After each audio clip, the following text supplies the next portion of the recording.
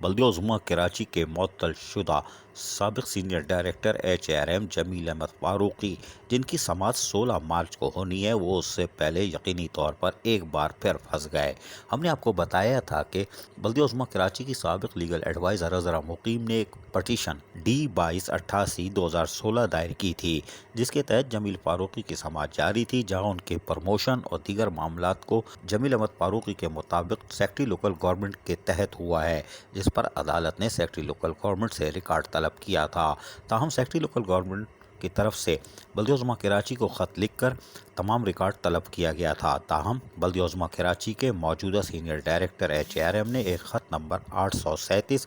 11 March 2021 section officer Khaliq ur-Rahman کو لکھا، جس میں واضح طور پر کہا گیا ہے کہ آپ کی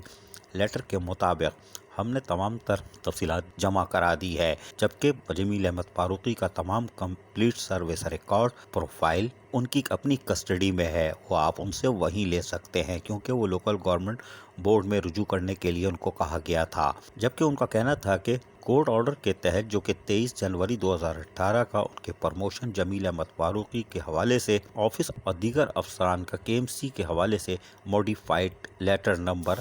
ڈائریکٹر HRM KMC 2018-408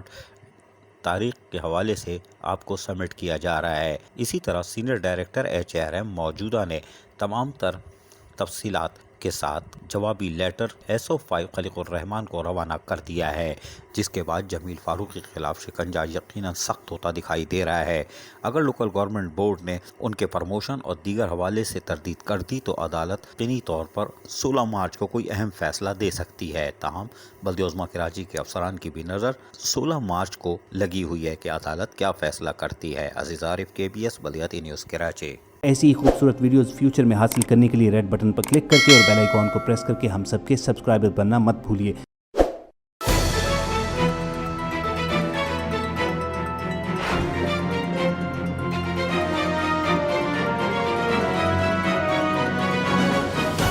KBS